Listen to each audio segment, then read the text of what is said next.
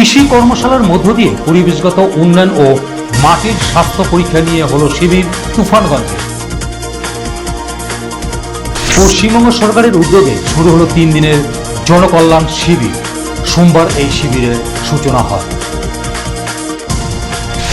কেন্দ্র ও রাজ্য সরকারের বিভিন্ন সামাজিক সুরক্ষা ও জনকল্যাণমূলক প্রকল্পে সুবিধা ও সহায়তা প্রদানের লক্ষ্যে হলো বক্সিরহাটে শিবির।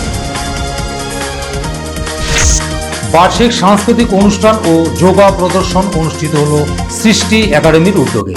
রবিবার ছিল এই অনুষ্ঠান।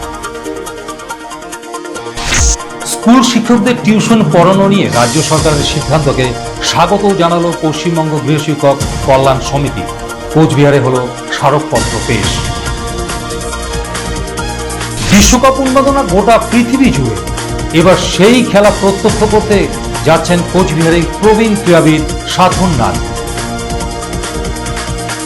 ব্লক লেভেল ট্রেনারদের দাবিপত্র পেশের পাশাপাশি হলো মন্ত্রীর সাথে গুরুত্বপূর্ণ বৈঠক।